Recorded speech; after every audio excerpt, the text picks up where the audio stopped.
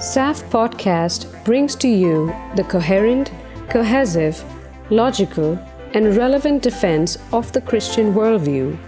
From laymen to experts in the field, everyone can tune in and be equipped. We also aim to introduce to the audience the plethora of work and research done in the field of Christian apologetics in defending the faith and the individuals who further the intellectual cause of Christianity by featuring the greatest minds of the Christian apologetics arena. Hello everyone, welcome to yet another brand new episode of SAFT Podcast. I'm truly excited to have you here with us, and we have a very special guest joining us for the very first time. It's Chris of 1C15 Apologetics. Chris, welcome to SAFT Podcast for the very first time. Cheers, Jacob. Thanks for having me on. Right. So before we move on any further, let me just remind our audience to subscribe to the channel. If you're listening and watching on YouTube, you'll be updated on all our upcoming podcasts. If you're listening in on any other podcasting platforms, do make sure that you are following the podcast content. And if you like what you hear, do rate us and share the word around. It'll help us a lot in what we're doing. So who we have here is someone who is taking the Instagram apologetics arena by storm. So Chris runs the 1C15 Christian Apologetics Library Instagram account. And I've actually talked about Chris in one of the earlier podcasts where I referenced the Apologetics Avengers poster that made us all fall in love with what Chris was doing. So I'll be dropping a link in the description to the Dropbox where you can find the posters, be it for your laptop or your phone or whatever format you want. If you're someone who like apologetics and apologetic speakers, you're going to fall in love with this. And if you're an Avengers fan, then there's no doubt you will definitely want to get it on. I have it on my phone, I have it on my laptop, so do check it out. And so getting right on with it, what we'll be talking on today is something that is very relevant today, because apologetics has now turned out to be not just about books and YouTube videos, because for the past for the past 2 decades, that was the YouTube videos and internet was a very prominent area. But now with how well fed and how well popular these online Instagram platforms, such as Instagram, Facebook, and others are there, social media apologetics, or more specifically as we might be talking about Instagram apologetics, is picking up pace very much. And Chris is someone who has a very interesting story to share with us from his life about his journey from being an atheist to a Christian apologist, and how you can make use of your Instagram platforms to spread apologetics. So to start off with, Chris, what can you say to our audience about yourself? Maybe you could introduce yourself a bit more. Yeah, thanks, Jacob. So my name's Chris. My full-time job is a graphic designer. I mainly do website-y stuff, which sort of explains the Instagram stuff. And I'm based in the UK, so nice little different time zone here. Nice and cool over here. And yeah, I run the website 1c15.co.uk, which is a simple apologetics website, just set up to help my local church, but turns out it became quite popular. So yeah, had a bit more to play with after that. Right. And once again, I'll be dropping the link to his Instagram account, the poster, and the website in the description, so do check it out. Chris, as I mentioned, you were not born a Christian. You were an atheist for a very long time. So how was that journey from atheism to Christianity? Yeah, so I suppose no one's born Christian, but I see what you mean. Yeah, growing up in a Christian environment.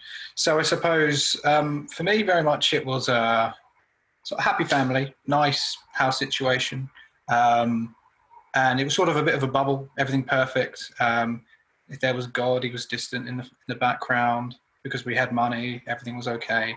But then I think as things started to fall apart, things like family falling apart, I was bullied at school.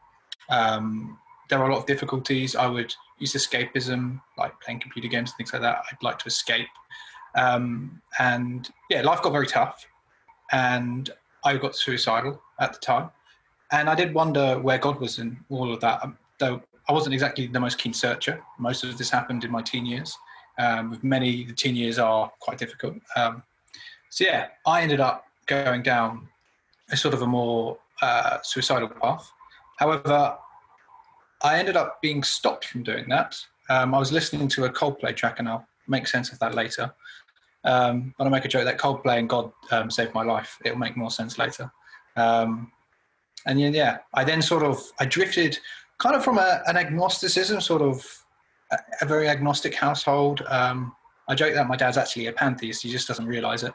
I sort of drifted towards atheism, mainly out of anger, a bit of a rebellious nature. And so I ended up going after whatever made me happy. I was friends with whoever benefited me. So it was all about me and creating a system. And I got very involved in activism. Anything basically that sort of gave me my own purpose, my own meaning. But the problem with that I found is it didn't answer any of the deep underlying questions I had. It just sort of kind of temporarily filled the void of which I would say God should be filling. One of the problems I had with my atheism is, interestingly, I doubted my atheism. A lot of the questions I had as a teenager about the beginnings of the universe, about meaning, purpose, value, reason, logic, things like that, I couldn't find any answers in atheism. There was very much it just is, get on with it, get on with the show. That was very much the mindset. So my heroes like Dawkins, Hitchens, Peter Singer, and all the TV comedians who, many of them are atheists. They were my role models, but they also didn't provide any answers. They just comforted, I would say, my lack of exploration. So from there, realizing I still had a lot of burning questions not being answered, I gave the religion another go, but not going to, let's say, my religious friends in the playground, or I basically wanted to actually study them, understand what did they claim, what could I know about them. And I very quickly ended up with just Judaism, Islam, and Christianity. Not to rule out the Eastern gods, but I mean, here in the UK, it's what you know the most of. But also a lot of what I was discovering in science, for example, the Big Bang stuff, all of that just seems to look to a very personal, involved creator. And I'm not an expert at Hindu gods, but the theistic ones just seemed a lot more involved. And that sort of left these three on the table. And that sort of kind of brings you down to Jesus. But my biggest doubt of atheism, really, that led me to exploring Jesus was Charles Darwin. Darwin had his own doubts. Things like, if it's all just a product of evolution with an unguided process and no one is in charge of that, how do we know anything coming out of our mouths is trustworthy? And this was a real problem for me. This is that logic I was talking about. So Christianity was the path I went down. The character of Jesus Christ, certainly if he was real, if he was genuine, then I was very interested in him. And initially I went around trying to imitate him in terms of, I tried to live my life off these Jesus principles, but it was so hard and it didn't work. And arguably when you're kind of halfway, it kind of feels a little bit worse because you're just beating yourself up for not fulfilling any of pretty much half the Sermon on the Mount. So then I took Christianity more seriously from a perspective of, actually, if Christianity is true, then I need to treat it more than just a rule book, because my Christian friends were saying, no, it's not a book of rules. It's about a real person who really wants to know you and care for you, and he's given ways of actually understanding him. And I said, well, how does that work? I said, well, you pray. I'm like, do I need to kneel, do the sign of the cross? I'm like, no, that's just what school taught you. And this is no disrespect to Catholics, but for me, my school experience was not great of the Christian church. They weren't the best representatives. But also, I didn't really see much Christian. I think it was just a case of, in England, you get a lot of people, they're Christian because they're English. That's disappearing, but you get a lot of that. Right. I would have called myself a Christian as a kid because I went to a Catholic school, but not because that meant anything. It was just, it's part of the culture. You get the same in Northern Ireland. They're just sort of, they're Christians by culture, but it means nothing. You get it with football fans in Scotland. So, but yeah, Celtic and Rangers. So for me, my point of conversion, the key bit, I think, is I was introduced to prayer and just said, look, it's just talking to your father. So I said, okay, God, Father, will you help my grandmother? I was like, why are you a grandma? I was like, I don't know. She was just on my heart and I didn't know why. I mean, I knew she was suffering. She had dementia. Her husband died around the time I was born. And, you know, I'd always associate this benchmark with just saying, great, one in, one out. He was a hero of the family, though. And I was just thinking, wow, I never really got to know him. And, you know, now my grand's got dementia. She's so sad, so unhappy. And now we're trying to find her a home. And every time we go there, she's miserable. So I prayed that she'd just be happy again. And it turns out a day or two later, we find her a care home. She has a walk around.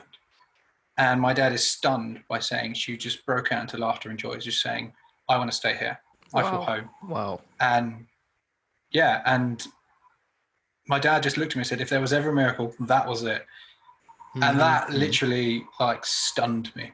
That moment, you know, when Peter gets to catch a fish and he's like, right, Lord, I'm not worthy of you. And I had that moment. I was like, I'm not worthy of my prayers being answered. Look at how I live. Can I really be a Christian? You just look at my baggage. And, you know, I went up to my room to pray. I didn't go through it with my dad just saying, oh, I prayed for Gran, because he'd be like, that's weird. That's nice for you. No, I went alone to think about it. I watched The Passion of the Christ. I'm a designer, so I like details. By gosh, you get details there. Yeah, in this, I really saw the image of Christ. I saw God caring about me. And I prayed, with now my future wife, I spoke to her on the phone and I prayed I gave my life to Christ and made a commitment. And I just felt a peace over my life, a peace like I've never felt before. And it's a peace I'm very familiar with now. And it's a peace that sort of seems to follow me every day. And I've not had that prior to that moment. And since then, it's a regular thing. And it's, yeah, that's sort of how an atheist, let's say how an agnostic became an atheist, became a Christian. So there, yeah, that's my nutshell. That's my quickest attempt at telling my story. Wow, that is really encouraging to see that that the aspect of prayer itself played out in the life of an agnostic, or as an agnostic atheist, to come to Christ. So many times we have this conception that it's arguments that are primarily necessary to bring about that change for an atheist, because we see atheists to be very verbal in their objections to Christianity, and not specifically open to prayer, but amazing testimony to hear how the Lord worked in your life. And so looking back at your journey from atheism to Christianity, is there any advice or suggestion that you wished you should have received early on that would have helped you reach the Christian faith easier or earlier? Or is there any advice that you wished you would have followed through when you received it back then?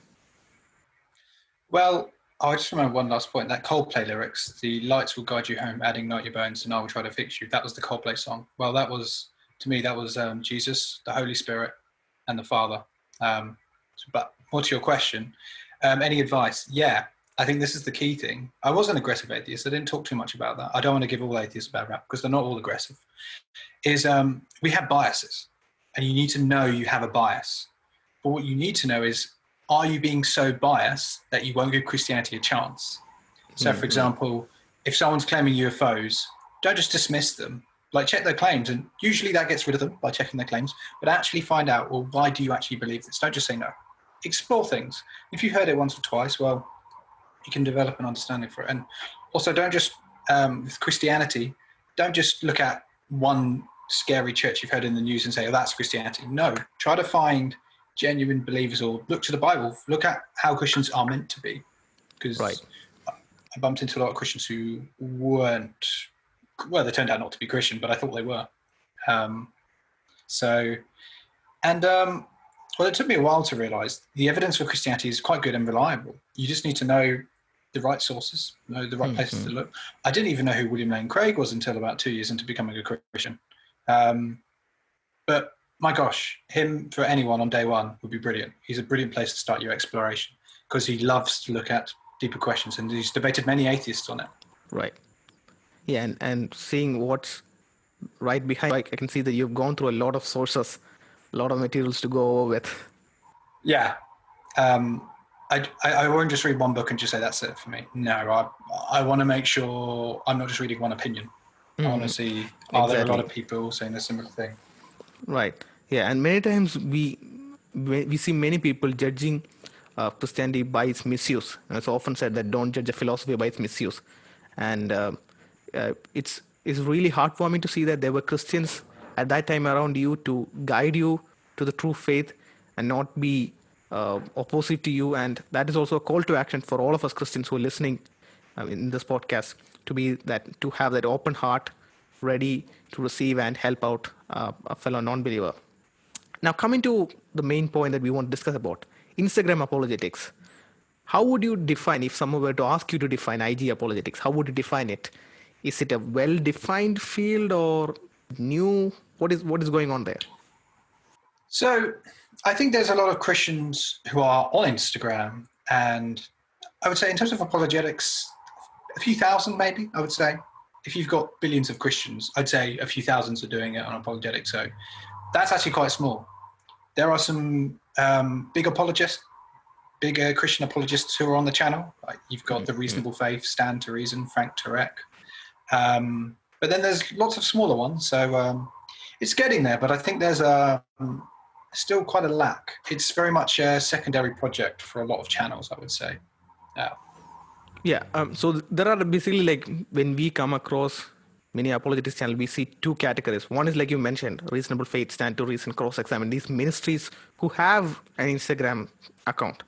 Then there are other individuals, more specifically like you and who was Muhammad and others who have primarily focused on Instagram apologetics. Like the key area that they focus in on most of their efforts is Instagram.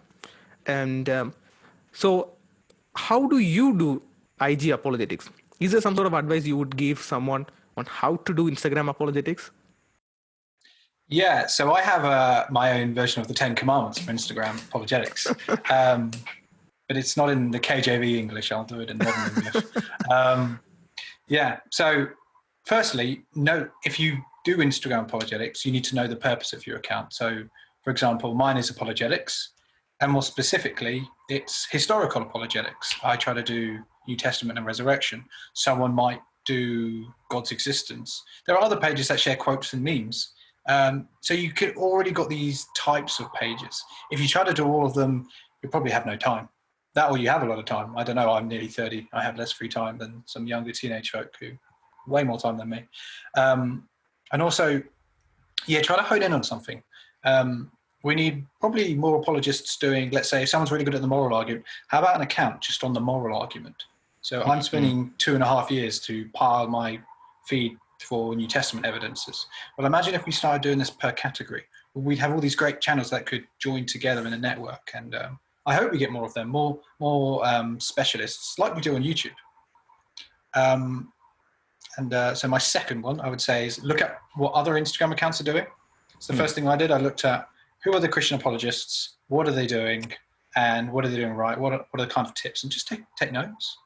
The third one, follow branding pages. So they've got these pages like the Branding Harry and things like that. These are guys who do branding for a living, and so their Instagram posts are usually full of tricks and tips to make your post appear more, or to make it more prominent. For example, if you have a carousel of 2 images, your post will appear twice on someone's feed, for example. Most people don't know that. It's a great little tip. So doing carousels. And lots of little tips and things like that, just to help your posts appear more and get a bit more going. So I have more carousels coming in my next season of work. Next commandment, use a design tool if you can. So I use Canva. I have the design software, but Canva's so quick and easy. And they've got so many templates, you don't need to be a designer. You can just use a template, chuck in your content, and at least then anything that looks appealing is going to get people's eyes. The Generation Z, the post-2000 people, they look at visuals and they stop. It catches their eyes.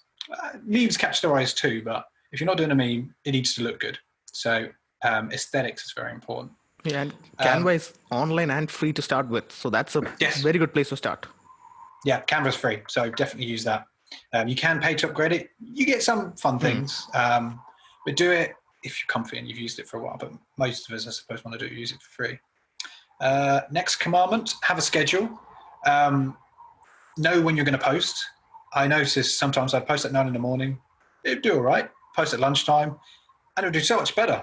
I'd have to think about, where the audience are. I think most of my audience, half of them at least, are from India. So I was like, okay, what's a good time for India? Well, not 4 a.m. in India, maybe lunchtime in India or in the evening. And yeah, my posts are better there. So have a schedule, know when's best. And next one, use hashtags. I was told very quickly, I used 5 or 6 hashtags. They said, dude, you should be using 30. It's like, yeah, use 30 hashtags. But don't just use hashtag Jesus, hashtag religion. You can do, but if 5 million people have hashtagged Jesus, then every second someone's following a hashtag, your feed's disappearing. So you want popular, but not too popular hashtags. So if you can assemble 30 of them, rotate them around, for example, like hashtag Christian Apologetics is going to get you a lot more than hashtag Christian. You just because there's a lot less, right. A lot more people are looking at it. Next one, interact well with other apologists. So don't fog off other Christian apologists. Fog off. When I say that, I mean ignore or just interact with them. I've interacted with many other apologists on Instagram, and they've taught me a lot. I've learned a lot from them, and to be nice, obviously with Christians, this is another form of community, and they might share your own posts as well, which is nice. Next tip. So I've got 3 more. Manage your private messaging. I probably get about 50 messages a week, which is great, but make sure you set times. Otherwise, you'll be on Instagram all the time, and that can be quite exhausting, which kind of leads to my next point. Avoid burnout. If you're really good at Instagram, and I hit 1,000 followers, it went quite quickly, and I was like, great. But I needed to take like a 2-week break in between all of that because so busy. I kept looking at the likes, kept looking at the follows, and just monitoring the progress. But yeah, sometimes it's good just to have a break. It's not like everyone's going to leave. So, and last tip, I suppose, is sort of if you've got a story or a post, like if I quote Frank Turek, I might tag him in it. And sometimes they might just share it, they may not, but it's nice to give them credit. And they might say, hey, I like that quote, I'm going to share that too. Or it introduces people to these apologists. So a lot of us smaller apologists, our job is to introduce them to the scholars who may not spend as much time on social media. So we are sort of like an intermediary, as you will. So we can point them to bigger resources, because I myself am not a scholar. I just love to read and love to share stuff with people. So yeah, those are my 10, I would say. Those are my 10 tips. Right, very, very well put. And so all of these 10 tips, if I'm right, focusing specifically on someone who is creating content on Instagram like yourself. But what about people who are not creating content but would like to still do apologetics with other resources? What would be your advice to them? How should they proceed with it? So there are some types of apologists. I've known a few. They are kind of content warriors. So there's some people on Instagram who want to get involved in the comment section and may strike up a conversation. It leads to private messaging and they go back and forth. And some might be led to committing their life to Christ or beginning their Christian journey. So that's definitely one way. I mean, if you follow 30, 40, 100 pages, there's always going to be comment sections. There's always going to be seekers in there. You can always interact with them. Also, there's a lot of people who, they don't post much, but you might repost. You might reshare stuff in your story. Let that be another way to get things out there. So you can support. So if you like a post, give it a share. It gets it around to your friends and other people. And it's sort of, as a network, it's very helpful. I mean, if no one liked my post or no one shared it, you certainly wouldn't be able to get this information out there as much. And this is the same with many other pages. So you can just be involved without posting anything. I know many apologists on there who haven't posted a single thing. Yeah, they've got 1,000 followers because they interact with those 1,000 people or have done over time. So I think there's many ways, really, even without a single design. Right. And I suggest, even if you're not actually creating content, the best way to do would be to share content that is already out there. Share it on your stories. People find many stuff on the stories. And in Instagram, unlike in Facebook, sharing story is more prominent. With Facebook, you can just simply share a post onto your tag on your timeline. But in Instagram, it's more the story. So that is a very easy way. Or you can just share it to a non-believer and direct them to more apologetics-oriented accounts for them to go through with, get through the website or the account. So that is also a way we can proceed with. Coming to a close, you've talked about what to do. Well, it's also quite important what not to do when doing Instagram apologetics. So what would you suggest that people who are creating content or sharing content do not do when doing Instagram apologetics? So I think one particularly bad habit, I only seen it very rarely, but say if you're new and you're creating content or you're just sharing content, don't tag every Christian apologist you know.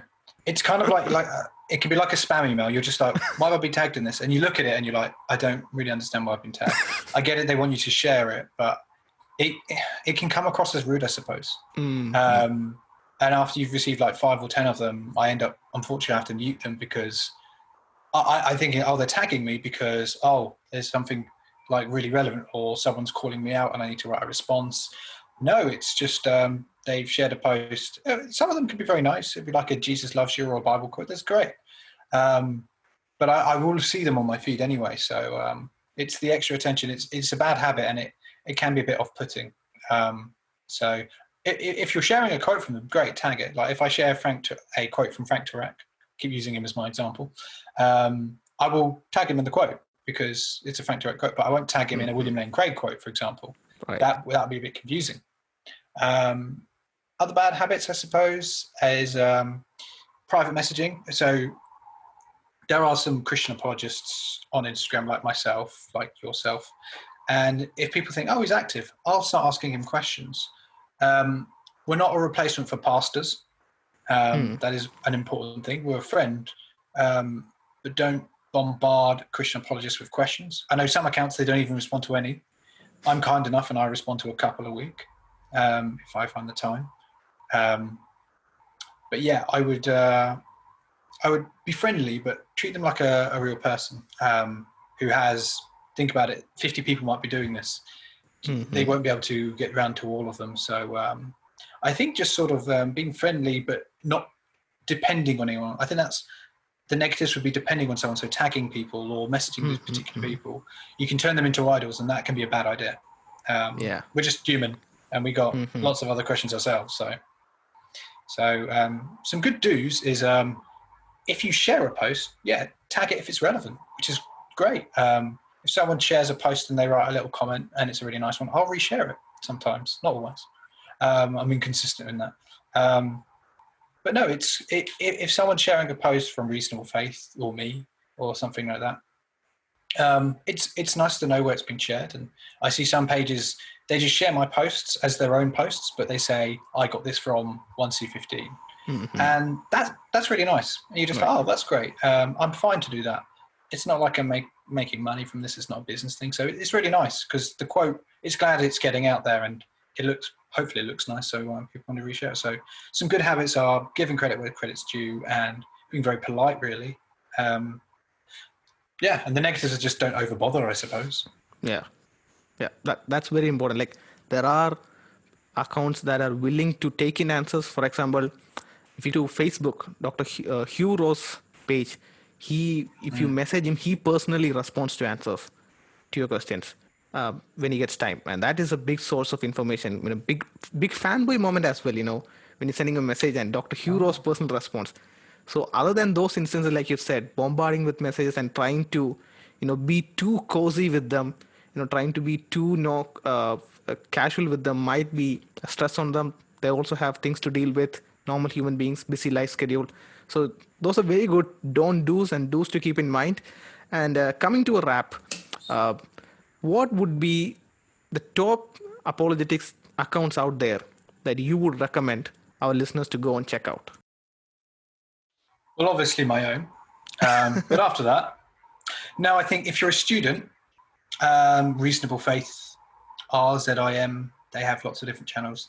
The Bible Project, they have stuff which can fall into apologetics.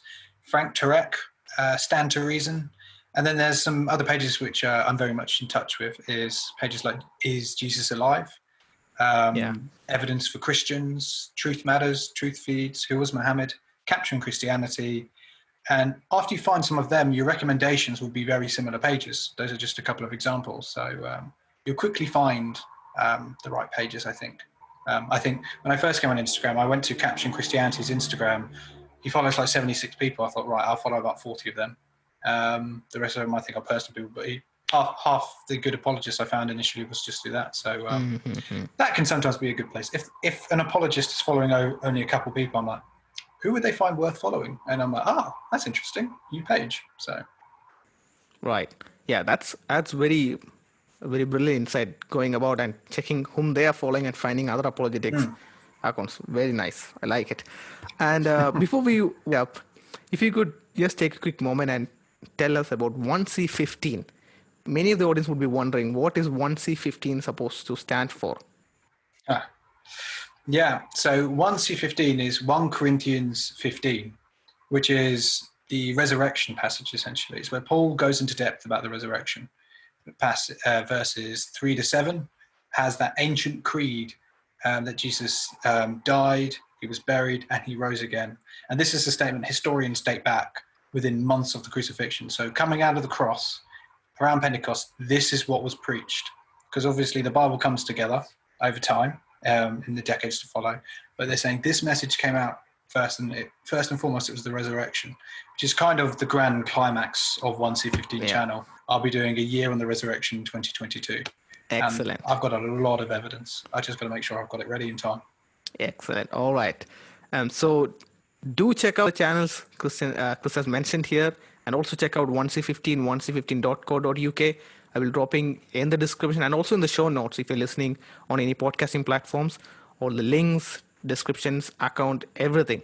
So do check it all out, follow it, and keep sharing the word that they're putting it out there, and let it help reach other non-believers out there, and may they come to see the truth as Christian has come to see the truth. And may we all be embracing loving Christians to others, so that as Chris' friends were able to guide him towards the faith, that we may be able to lead others in the faith. Thank you so much, Chris, for joining us. I was very excited to have you on with us. Thanks. I've loved it. Very enjoyable. All right. And thank you so much, our listeners, for tuning in. Do not forget to subscribe to our channel if you're listening on YouTube. It helps you to keep tab on what all new videos that we'll be coming about. And also, if you're listening on any podcasting platforms, it will be a great deal if you could follow us and give us a rating. It helps us to reach more people. And we also have a Patreon. If you're interested to support the content creation work that we do on YouTube, with a few dollars, you can support the monthly work that we do. And also, being a patron, you can get exclusive access to our posts and updates about our upcoming recordings, and also early access to our videos even weeks prior to they come out to the public. So once again, thank you so much everyone for joining in. Thank you, Chris, for joining us, and we'll see you in the next one. Cheers. God bless. Thank you. Bye.